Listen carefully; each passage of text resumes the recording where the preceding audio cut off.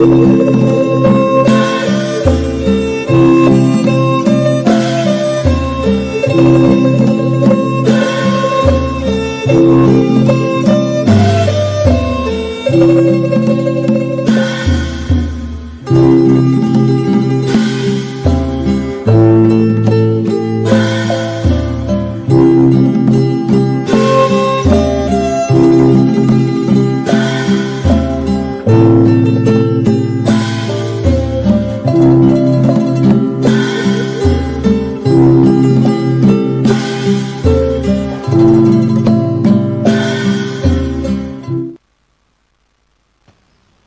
ิจโฉมนุสสะปฏิราโภการกลับได้อัตภาพเป็นมนุษย์เป็นการยากกับผมกราบแทบเท้าพระเดชคุณหลวงพ่อประเทศมังคลาจารย์หลวงพ่อเจ้าคณะจังหวัดเชียงใหม่วัดท่าตอนผ้ารามหลวงกราบแทบเท้าในพระเดชคุณหลวงพ่อประเทศสิงหาวราจารย์วัดพระสิงห์วรมหาวิหารรองเจ้าคณะจังหวัดเชียงใหม่ทุกรูปพระมหาเถรานุเถระกราบถวายความเคารพอาจารย์พระครูโสพลปริยัติเลขานุการรองเจ้าคณะจังหวัดเชียงใหม่เลขานุการองค์การศีลห้าหนเหนือแล้วก็พระมหาเถรานุเถระทุกรูปนะครับ ก็ขอเจริญพรน้องสามเณรญาติโยมสาธุชนผู้มีบุญทุกคนทุกท่านเนาะวันนี้มาพบกับพระอาจารย์กล้าธรรมโชติสิปโปประธานที่พักสงฆ์ทุดงคสถานนครสวรรค์ตำบลถนนหัวถนนเหนืออำเภอท่าตะโกจังหวัดนครสวรรค์นะครับวันนี้ก็มาในหัวข้อธรรมะเรื่องของเติมบุญตัดกรรมนะทำไงเราจะเติมบุญได้จะตัดกรรมได้เพราะว่าพระบรมศาสดาพระสัมมาสัมพุทธเจ้าพระองค์ก็ตรัสไว้ว่ากิจโฉมนุสสะปฏิราโภการกลับได้อัตภาพเป็นมนุษย์นี่เป็นการยากเชื่อไหมครับว่าการที่เราจะเกิดเป็นมนุษย์ได้เป็นคนได้เนี่ยยากมากเลยนะ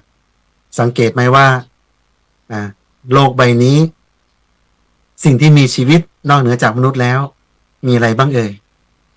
สัตว์เดรัจฉานมีไหมเยอะไหมเอ่ยหมูหมากาไก่โอ้วัวควายช้างม้าเนี่ยล้วนแล้วแต่เขาอดีตมนุษย์ล้วนแล้วแต่เป็นอดีตมนุษย์ไม่ได้กลับมาเกิดเป็นมนุษย์เลยเพราะว่าได้ทำบาปอกุศลเอาไว้โดยเฉพาะกรรมอะไรเอ่ยปาณาติบาตไหมถามว่าคนหมู่บ้านหนึ่งตำบลหนึ่งจังหวัดหนึ่งเป็นหลายร้อยหลายหมื่นเป็นแสนคนแต่ว่าปลวกรังหนึ่งมดรังหนึ่งเป็นไงเอ่ยยุง นี่คืออดีตมนุษย์ทั้งนั้นเลยมดปลวกยังเยอะเลยทั้งสัตว์ในน้ำสัตว์บนบกสัตว์บนอากาศเมื่อกับเทียบกับการเกิดเป็นมนุษย์แล้วนี่เท่ากับอะไรเอ่ยเขาโคเกิดเป็นคน2 คน เกิดเป็นสัตว์เดรัจฉานอบายภูมิอีกเท่ากับคนของโคเลยเห็นไหมนี่คือสัจธรรมนี่คือกงกรรมกงเกวียนที่การเวียนตายเวียนเกิดของมนุษย์โลกนะคำสอนของพระสัมมาสัมพุทธเจ้าถ้าเราจำอะไรไม่ได้เลยให้จำอยู่3 ข้อคืออะไรไหม 1. ให้เราละชั่ว 2. ทำความดี 3. ทำจิตใจของเราให้ผ่องใสนะวันนี้ธรรมารับอรุณของพวกเรานะครับทำเป็นทีมจึงได้ลุกกันขึ้นมาเพื่อที่จะฟื้นฟูพระพุทธศาสนาในช่องที่ก็คุยกับพระอาจารย์ธรรมครูโสพลปริยัติว่าเราเป็นช่องที่เป็นช่องมุทิตาพระที่ท่านมีหัวใจในการเผยแผ่พระพุทธศาสนาเป็นช่องที่มุทิตาความดีของพระมหาเถระเป็นช่องมุทิตาความดีของญาติโยมนะครับคฤหัสถ์ครูบาอาจารย์ที่ท่านมีหัวใจที่จะสร้างพระให้เป็นพระแท้สร้างคนให้เป็นคนดีเต็มพื้นแผ่นดินไทยช่วยกันกดไลค์กดแชร์ให้เป็นกำลังใจให้กับทำเป็นทีมในช่องธรรมารับอรุณในเช้านี้เนาะพระอาจารย์กล้าธรรมโชติสิปโปก็หวังว่าเป็นอย่างยิ่งว่าช่องนี้จะเป็นแสงสว่างนำทางให้กับญาติโยมสาธุชนซึ่งวันนี้พระอาจารย์ก็จะมาเล่าเรื่องของการสั่งสมบุญเนาะ ถามว่า what is บุญนะ บุญคืออะไรนะบางคนบอกว่าโอ้ลูกเอ้ยเช้านี้ไปใส่บาตรกับแม่นะลูกนะเช้านี้ไปทำบุญกับแม่ ถ้าลูกถามว่าแม่ what is บุญนะบุญคืออะไรแม่นะโอ้แม่ตอบได้ไหมเอ่ยบุญกับบุญสิลูก บุญก็ไปใส่บาตรกับแม่สินะโอ้นะเราก็ต้องบอกว่าบุญนะคือสิ่งที่อยู่เบื้องหลังความสุขและความสำเร็จนะบุญเนี่ยมันแปลกนะบุญจากการทำทานวิธีการทำบุญนะบุญจากการทำทานบุญจากการรักษาศีลบุญจากการเจริญสมาธิภาวนาเนี่ยนี่วิธีการทำบุญนะที่3อย่างเนี่ยบุญกิริยาวัตถุ3ก็ได้วิธีการทำบุญ10ประการก็ได้นะโอ้ก็เรียกว่านี่บุญเนี่ยมีหลายทางเลยทีเดียวทำด้วยกายก็ได้ทำด้วยวาจาก็ได้ทำด้วยใจก็ได้นะทำด้วยกายของเราเนี่ยโอ้กับกิจกรรมที่เราทำเนี่ยเป็นกายกรรมวจีกรรมคำพูดนะให้วิทยาทานนะครับให้ธรรมทานเนี่ยสัพพะทานังธรรมะทานังชินาติการให้ธรรมทานนี่ชนะการให้ทั้งปวงเลยนะวันนี้ทำธรรมะเป็นทีมทำเป็นทีมเราเนี่ยช่องธรรมารับอรุณนี่เราจึงให้ธรรมะเป็นทานชนะการให้ทั้งปวงเลยนะครับใครได้ยินได้ฟังแล้วก็เกิดดวงปัญญานะเกิดมีความเมตตากรุณาตั้งใจรักษาศีล5อย่างน้อยวันพระก็อุโบสถศีลนะครับพอปิดเทอมก็เอาลูกเนรเรามาบวชเป็นเทือกเทารกสมณะเป็นสาธุหินของพระสัมมาสัมพุทธเจ้าศีล10ใช่ไหมนะครับเจริญพรคุณสาวรักษ์อภิวงศ์นะโอ้นะฝากกดไลค์กดแชร์ใน Facebook ไลค์นะครับพระอาจารย์โสพลปริยัติของเราก็ท่านเมตตาเสียสละเวลาทุกอย่างนะครับนะแล้วก็คณะสงฆ์ที่ท่านได้มาเป็นเนื้อนาบุญแสดงรายการเรานี้ทุกอย่างเลยนะเพราะว่าการที่เราจะใช้ชีวิตในโลกใบนี้ในสังสารวัฏนี้จะต้องเติมบุญให้ตัวเองมากๆต้องตัดรอนวิบากกรรมด้วยการเติมบุญนั่นแหละนะครับเติมความดีจากหนักก็เป็นเบาจากเบาก็หายจากร้ายก็กลายเป็นดีตัดวิบากกรรมวิบากมารในตัวเราไปนะครับซึ่งการเติมบุญก็มีหลายวิธีเนาะนะที่พระอาจารย์จะมาให้เช่นครูบาอาจารย์ที่นะเป็นแม่ชีอาจารย์แม่ชีเขาเรียกว่าแม่ชีจันขนนกยุงมหาอุบาสิกานะจันขนนกยุงเนี่ยท่านเคยถวายความรู้ลูกพระลูกเนนไว้ว่าใช้บุญให้เป็นนะหัวข้อนะการทำบุญเป็นเสบียงการทำสมาธิทำให้หลุดพ้นต้องทำให้มากๆกว่าจะได้บุญต้องมีความเพียรพยายามมากกว่าจะได้บุญต้องมีศรัทธามีเนื้อนาบุญมีทุกสิ่งทุกอย่างให้พร้อมจึงจะทำบุญได้เมื่อทำบุญยากอย่างนี้ต้องอย่าให้บุญ6บุญหล่นไปใช้บุญให้เป็นเพราะบุญจะนำเราไปสู่ความสุขได้เห็นไหมครับว่าหาบุญได้ก็ต้องใช้บุญให้เป็นด้วยนะบางคนหาบุญได้นะแต่ว่าใช้บุญไม่เป็นเลยคืออะไรตั้งใจทำมาหากินกว่าจะได้เงินมาแต่ละบาทแต่ละสตางค์ก็ยากนะก็ลำบากแต่พอทำบุญแล้วก็โอ้ยเขาเรียกว่าหงุดหงิดง่ายนะหงุดหงิดเป็นคนหงุดหงิดง่ายนี่เธอไปทำบุญกับฉันนะเธอถ้าเธอไม่ไปโกรธนะลูกถวายดีๆนะเอามือดีๆมือที่สวยไปตีลูกไปหงุดหงิดลูกหลานเงี้ยโอ้กว่าจะมีปัจจัยกว่าจะมีทายธรรมกว่าจะมีศรัทธามาถึงวัดแล้วสายโทรศัพท์เข้าหงุดหงิดอีกเข้าทำไมกำลังนะให้ฟังพระเทศอยู่นะโทรมาทำไมพระกำลังให้พรอยู่หงุดหงิดแล้วบุญ6บุญหล่นหมดนะ นี่คุณยายอาจารย์ท่านก็เลยมาเล่าว่าใช้บุญให้เป็นนะลูกนะการทำทานจะเป็นเสบียงเห็นไหมทำบุญทำทานเนี่ยจะเป็นเสบียงบุญเราติดตามตัวไปถามว่าเสบียงบุญเรากองทัพเดินด้วยอะไร กองทัพเดินด้วยท้องนะถ้าเราไม่ทำบุญทำทานเนี่ยเราก็จะเป็นคนอดอยากยากจนนะครับคนตรณีวงแหนทรัพย์เกิดมาก็ ยากจนตั้งแต่ไหน จนตั้งแต่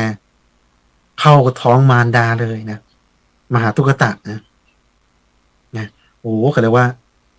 จนกันข้ามภพข้ามชาติ แต่ว่าเขาก็ได้เจอพระสัมมาสัมพุทธเจ้า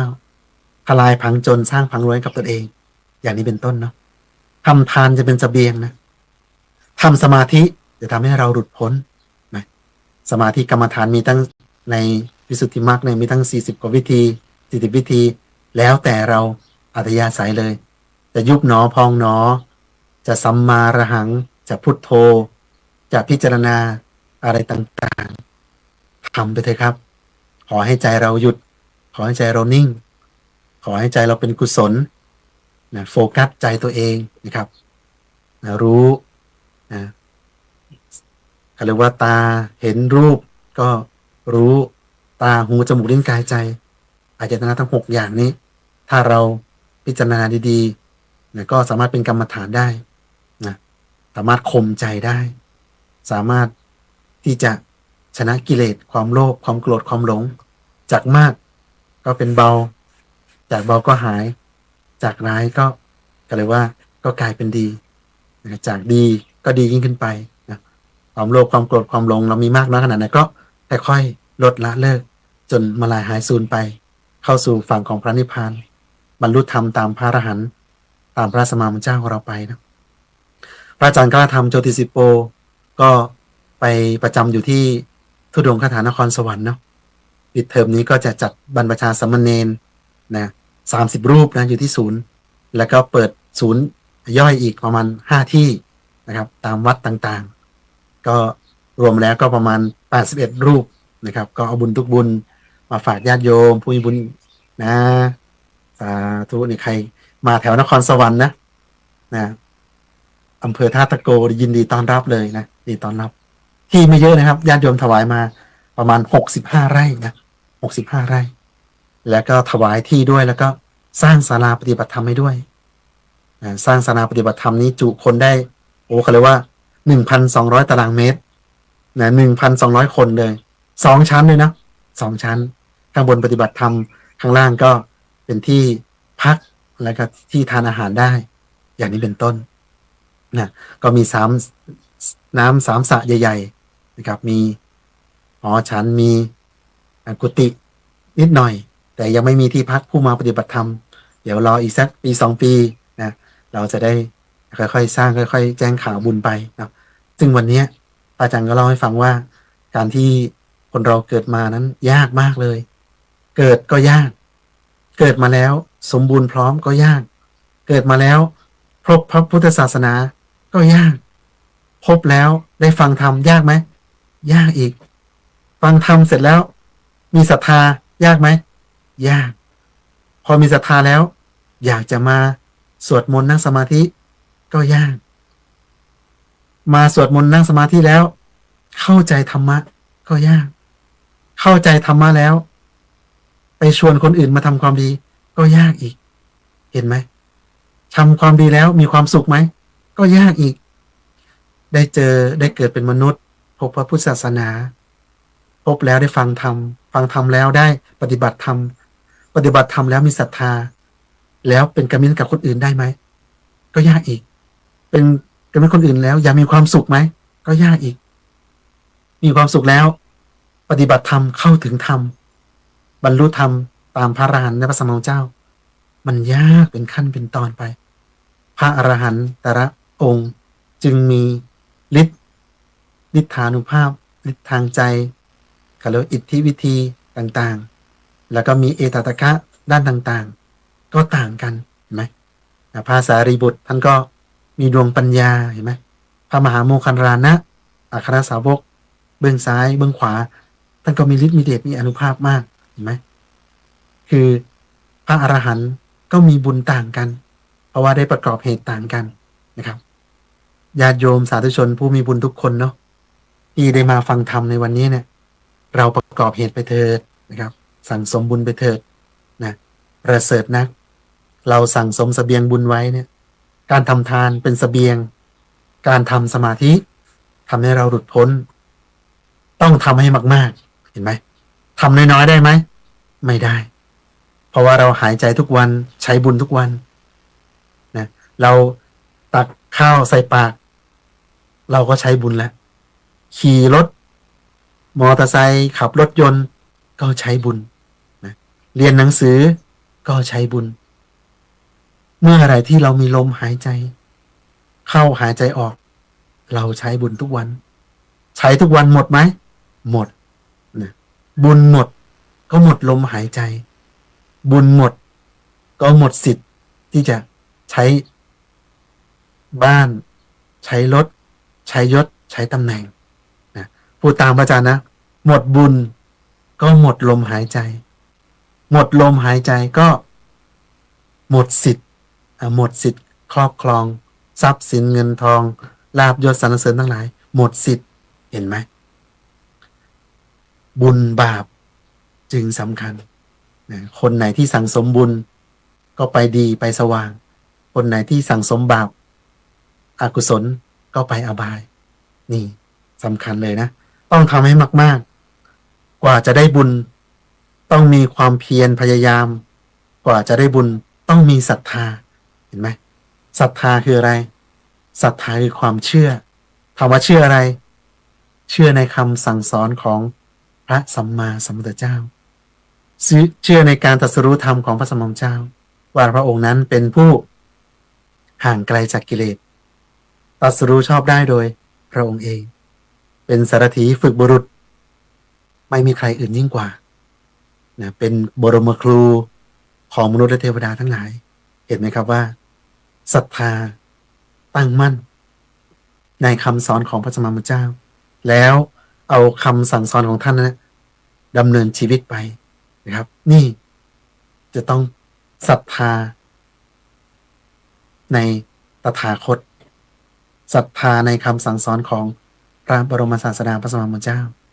แล้วนำคำสอนของท่านไปประพฤติปฏิบัตินี่คือศรัทธาเป็นบุคคลที่มีศรัทธาไม่คลอนแคลนนะไม่เชื่อถือมงคลตื่นข่าวนะเชื่ออะไรว่าสิงทรงเชื่ออะไรว่าเทวานิยมอย่างนี้ไม่เอาแต่เราจะมีพระรัตนตรัยมีพุทธรัตนะธรรมรัตนะสังฆรัตนะรัตนตรัยนี่แหละมีพระพุทธพระธรรมพระสงฆ์เป็นที่พึ่งของเราจ้ะกว่าจะได้บุญต้องใช้ความเพียรพยายามมากต้องมีเนื้อนาบุญมีทุกสิ่งทุกอย่างพร้อมจึงจะทำบุญได้เห็นไหมทำบุญยากอย่างนี้ต้องอย่าให้บุญหกบุญหล่นนะอย่างที่พระอาจารย์บอกประคองดีๆการจะทำบุญเนี่ยที่ได้บุญมากพระสัมมาสัมพุทธเจ้าพระองค์ตรัสไว้3ประการนะ1วัตถุบริสุทธิ์2เจตนาบริสุทธิ์3บุคคลบริสุทธิ์บุคคลก็แบ่งเป็นผู้ให้กับผู้รับเห็นไหมพระองค์ไม่ได้ว่าโหทรัพย์เยอะเลยนะได้มีทรัพย์เยอะได้บุญเยอะหล่อเยอะสวยเยอะได้บุญเยอะไม่ใช่เลยพระองค์ตัด3อย่างถ้าได้บุญมาก1ถ้าคนอยากจะได้บุญมากวัตถุบริสุทธิ์2เจตนาบริสุทธิ์3บุคคลบริสุทธิ์บุคคลก็แบ่งเป็นผู้ให้กับผู้รับเห็นไหมพระองค์ไม่ได้ตัดเลยว่าคนนี้รวยมากคนนี้จนได้บุญมากได้บุญน้อยไม่วัดกันที่3ความบริสุทธิ์นี้เจตนาวัตถุบริสุทธิ์วัตถุนั้นเราไม่ได้ไปลักไปขโมยใครไม่ได้ไปลักไปขโมยใครมาเงินทุกบาททุกสตางค์หาไม่ได้หยาดเหงื่อแรงกายของเราเห็นไหมหยาดเหงื่อแรงกายของเราวัตถุไทยธรรมไม่ว่าจะเป็นหยุกยาคีลานเภสัชภัตตาหารหวานข้าวเรามาด้วยน้ำพักน้ำแรงเราต้นมะม่วงลูกนี้เราปลูกมากับมือผักมัดนี้เราปลูกมากับมือเห็นไหมด้วยน้ำพักน้ำแรงวัตถุบริสุทธิ์เจตนาบริสุทธิ์เจตนาคือเขาเรียกว่าหวังบุญเป็นที่ตั้งไม่ใช่หวังลาภยศสรรเสริญไม่ได้หวังหน้าตาไม่ใช่ว่าเธอ